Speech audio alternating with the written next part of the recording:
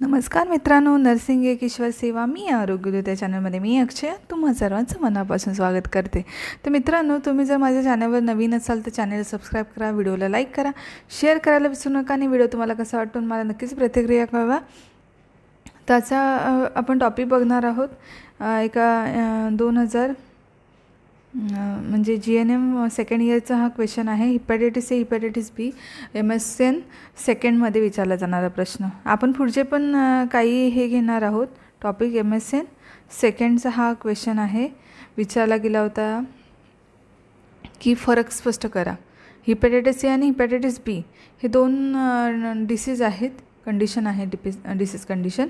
तर आपण त्याचे डिफरन्सेस जर तुम्हाला विचारले, तुम्हाला माहिती पाहिजेत. 5 मार्काला विचारला जाणारा प्रश्न आहे हा. हिपॅटायटिस ए आणि हिपॅटायटिस बी 5 मार्काला क्वेश्चन विचारला जातो. फरक स्पष्ट करा. तो आपण बघणार आहोत. GNM सेकंड इयरचा MSN सेकंडमधला क्वेश्चन आहे. आपण बाकीचे पण सब्जेक्टचे आपण नोट्स बघणार आहोत पुढे. पण आजचा हा MSN सेकंडचा आहे. मग आपण पुढे दुसऱ्या सब्जेक्टचे बघणार आहोत. तर तुम्हाला नेहमी सांगते त्याप्रमाणेच असं तुम्हाला डिफरन्स लिहायचा. क्वेश्चन पेपरमध्ये डिफरन्स लिहिताना हिपॅटायटिस ए, हिपॅटायटिस बी त्याच्यामध्ये 2 अशा लाईन करायच्यात. इथे 1 लाईन आखायची तुम्हाला आणि इथे 2 आखायचे आहे. इथे 1 आणि इथे 1 असा येणार आहे तुम्हाला, म्हणजे लिहायचं आहे. मी ज्या प्रकारे लिहिले त्या प्रकारे तुम्हाला लिहायचं आहे.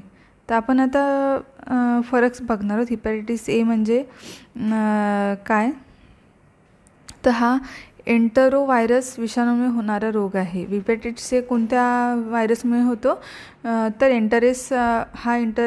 एंटरो व्हायरसमुळे व्हायरस विषाणूमुळे होणारा रोग आहे हिपॅटायटिस ए.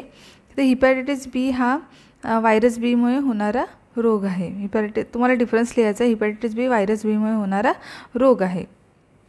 त्याच्यानंतर हिपॅटायटिस एमध्ये पूर्वी या रोगास सांसर्गिक हिपॅटायटिस असे संबोधित असत. पूर्वी या रोगास काही म्हणजे संबोधित असेल तर सांसर्गिक हिपॅटायटिस असे संबोधित. पूर्वी याला सिरम हिपॅटायटिस असेच म्हणत.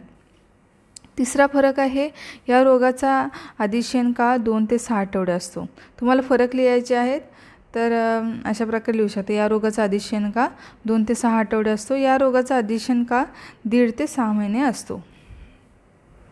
त्याच्यामुळे चौथा फरक आहे, सांसर्गिक पदार्थ मुख्यत्वे माणसाची विष्ठा व्हायरेमियाच्या अवस्थेत थोड्या काळासाठी रुग्णाचे रक्त हा देखील सांसर्गिक पदार्थ असतो. म्हणजे सांसर्गिक पदार्थ कुठले, सांसर्गिक पदार्थ तुम्हाला कळालं ना, की काही आता थुंकी असू शकते काही आजारांमध्ये, तसं म्हणजे तर ह्याच्यामध्ये सांसर्गिक पदार्थ कुठला आहे, तर जे संसर्गजन्य म्हणजे संसर्ग घडवून आणतात ते कुठले पदार्थ, ज्याच्यामुळे संसर्ग आपल्याकडून दुसऱ्याला होऊ शकतो, ते पदार्थ तुमच्या लक्षात घ्या. सांसर्गिक पदार्थ कुठला आहे, मानवाची विष्ठा म्हणजे विष्ठा म्हणजे कळालं असेल, व्हायरेमिया ज्या अवस्थेत म्हणजे अवस्था आहे व्हायरेमियाची, त्या अवस्थेत कालावधीसाठी रुग्णाचे रक्त हा देखील सांसर्गिक पदार्थ आहे.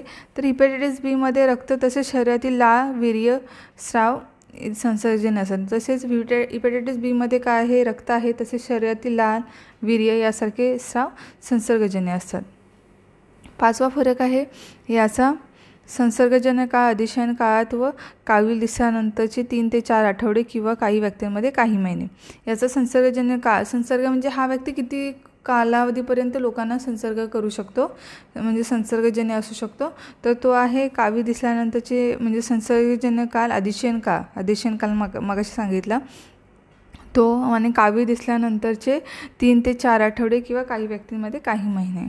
त्याच्यानंतर हिपॅटायटिस बीमध्ये संसर्गजन्य काळ किती असतो, तर रोगाची लक्षणे दिसण्यापूर्वी 1 महिन्यापासून, म्हणजे रोगाची लक्षणं नाही आहेत पण तो संसर्गजन्य आहे, त्याची लक्षणं दिसण्यापूर्वी 1 महिन्यापासून संपूर्ण रोगाच्या अवस्थेत रुग्ण संसर्गजन्य असतो. म्हणजे रोगाची लक्षणे दिसण्यापूर्वी, म्हणजे व्हायरस आहेत शरीरामध्ये पण त्याची लक्षणे दिसत नाही आहेत, आणि लक्षणे दिसल्यानंतर त्याच्या म्हणजे लक्षणे दिसण्यापूर्वी 1 महिन्यापूर्वी, आणि संपूर्ण लक्षणे दिसल्यानंतर रोगाच्या अवस्थेत रुग्ण संसर्गजन्य असतो. पुढे काही वर्ष, काही महिने किंवा काही वर्ष हिपॅटायटिस बी म्हणजे तो लाईफ टाईम आपल्या शरीरात हिपॅटायटिस बी पॉझिटिव्ह व्यक्ती राहू शकते. त्याच्यानंतर 6वा फरक आहे 5 वर्ष वयाच्या मुलांना व प्रौढांना 40 वर्षावरील व्यक्तींमध्ये याचे प्रमाण कमी असते. म्हणजे याची बाधा कुणाकुणाला होते हे लक्षात घ्या. 5 वर्ष वयाच्या मुलांना व प्रौढांना 40 वर्षावरील व्यक्तींमध्ये याचे प्रमाण कमी असते. म्हणजे ह्या किती लोक म्हणजे कुणाला हा आजार होतो हे लिहायचं. तर तुम्हाला लिहायचं हा आजार असं ॲड करू शकता. आणि 5 वर्ष वयाच्या मुलांना व प्रौढांना 40 वर्षावरील व्यक्तींमध्ये याचे प्रमाण कमी असते असं तुम्ही लिहू शकता. तर हा काय कुणाला होतो, तर हा रोग सामान्यतः प्रौढांना होतो. हा रोग कुणाला होतो, सामान्यतः वयस्क प्रौढांना. किंवा अति धोकादायक गटामध्ये डेंटिस्ट, परिचारिका, रक्तपेढीतील कर्मचारी, प्रयोगशाळेतील कर्मचारी, अंमली पदार्थाचे व्यसन करणारे आणि वेश्या, सेक्स वर्कर म्हणजे ड्रग्ज घेतात ते लोक. आपण हॉस्पिटल कर्मचारी ही हिपॅटायटिस बीमुळे लगेच संसर्ग म्हणजे आपल्याला होऊ शकतो. कारण रिझन आपण त्यांच्या संसर्गात येतो, आपल्याला कधी कधी माहीत नसतं. जनरली मी आता हे वरचं नॉलेज देते की आपल्याला कधी कधी व्यक्ती हिपॅटायटिस बी आहे ते माहीत नसतात. त्याच्यामुळे आपल्याला म्हणजे खूप अति धोकादायक गटामध्ये येतो. आणि प्रौढ व्यक्ती, आता प्रौढ व्यक्तीमध्ये जे सेक्शुअल वेश्या व्यवसाय करणारे व्यक्ती, एकाकडून दुसऱ्यांना असे रोग होतात. किंवा अंमली पदार्थांचे व्यसन घेणं लोकांना कसं होतं, तर ते लोक सिरिंजेस एकमेकांच्या वापरतात. म्हणजे निडल्सने एकमेकांना इंजेक्शन घेतात. त्याच्यामुळे ह्याची सिरिंजेस त्याला दिल्यानंतर हा आजार होऊ शकतो. त्याच्यानंतर 7वा आहे प्रसाराची पद्धत. दूषित पाणी, दूषित अन्न, दूषित हात, अस्वच्छ पदार्थ, अप्रत्यक्ष विष्ठाने, एखाद्या वेळी रक्त याच्याशी जर संपर्क आला तर याचा प्रसार होऊ शकतो. म्हणजे दूषित पाण्यातून आपल्याला हिपॅटायटिस ए होऊ शकतो. दूषित अन्नपदार्थ मग हिपॅटायटिस ए होतो.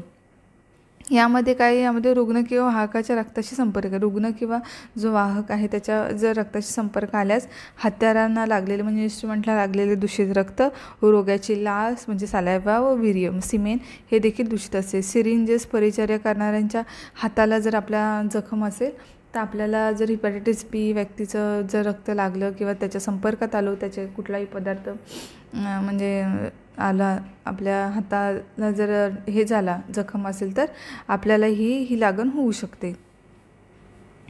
त्याच्यानंतर 8वा हिपॅटायटिस ए हा रोग एकदा झाला की शक्यतो परत होत नाही. हिपॅटायटिस ए हा रोग एकदा झाला की परत होत नाही, पण यामुळे माणूस जन्मभर संसर्गजन्य असतो.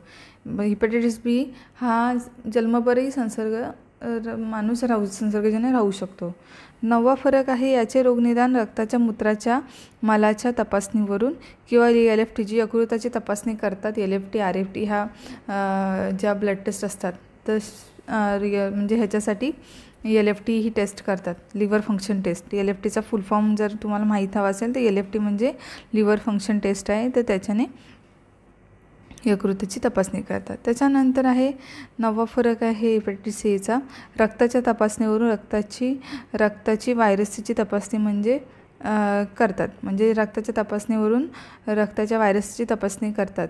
म्हणजे हिपॅटायटिस बी नावाची एक ब्लड टेस्ट असते, त्याच्यामुळे हिपॅटायटिस बी नावाची जी ब्लड टेस्ट करतात ती ब्लड टेस्ट आहे. आपल्याला कळते व्यक्ती किट असतात, किटद्वारे कळतं. पॉझिटिव्ह 2 लाईन येतात वगैरे, तर त्याच्यामध्ये कळतं की पेशंट हिपॅटायटिस बी आहे का, हिपॅटायटिस म्हणजे पॉझिटिव्ह आहे का निगेटिव्ह आहे.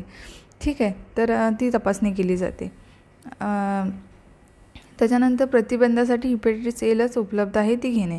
आता हिपॅटायटिस एच्या प्रतिबंधासाठी हिपॅटायटिस ए ही लस म्हणजे आहे, अवेलेबल आहे. यामध्ये प्रतिबंधासाठी हिपॅटायटिस बी लस घेणे म्हणजे ह्याचा प्रतिबंध आपल्याला करण्यासाठी किंवा आपल्याला होऊ नये म्हणून आपण काय काळजी घ्यावी. परिचारिका लोकांना, आता तुम्ही पुढे जॉबला जाणार तर तुम्हाला विचारलं जातं की तुम्ही हिपॅटायटिस बीची वॅक्सिन घेतली आहे का, हे इंटरव्ह्यूमध्ये विचारलं जातं. तर आपण ती घ्यायची असते. तर यामध्ये प्रतिबंधासाठी हिपॅटायटिस बी लस घेणे आवश्यक आहे. कारण आपल्याला माहीत नसतात की किती म्हणजे हिपॅटायटिस आपण ब्लड घेतो आहे. आता ब्लड टेस्ट करताना ती व्यक्ती हिपॅटायटिस बी पॉझिटिव्ह आहे की नाही ते आपल्याला माहीत नाही आहे. तर आपण ब्लड घेणार, आपल्याला कुठे जखम असेल किंवा काय असेल किंवा HIV पण मी सांगते. जनरली HIV जे पॉझिटिव्ह लोक असतात ते आपल्याला आधी थोडी माहीत असतात. आपण जनरली चांगला सुदृढ दिसणारा व्यक्तीसुद्धा HIV पॉझिटिव्ह असू शकतो किंवा हिपॅटायटिस बी पॉझिटिव्ह असू शकतो. त्याच्यामुळे बऱ्याचदा मोठ्या हॉस्पिटलमध्ये विचारलं जातं की तुम्ही हिपॅटायटिस बीची वॅक्सिन घेतली आहे का, हा एक क्वेश्चन विचारला जातो. तर ठीक आहे, तर अशा प्रकारे फरक आहे. कसा वाटला व्हिडिओ मला नक्कीच कळवा. लवकरच भेटू पुढच्या व्हिडिओमध्ये. तोपर्यंत धन्यवाद.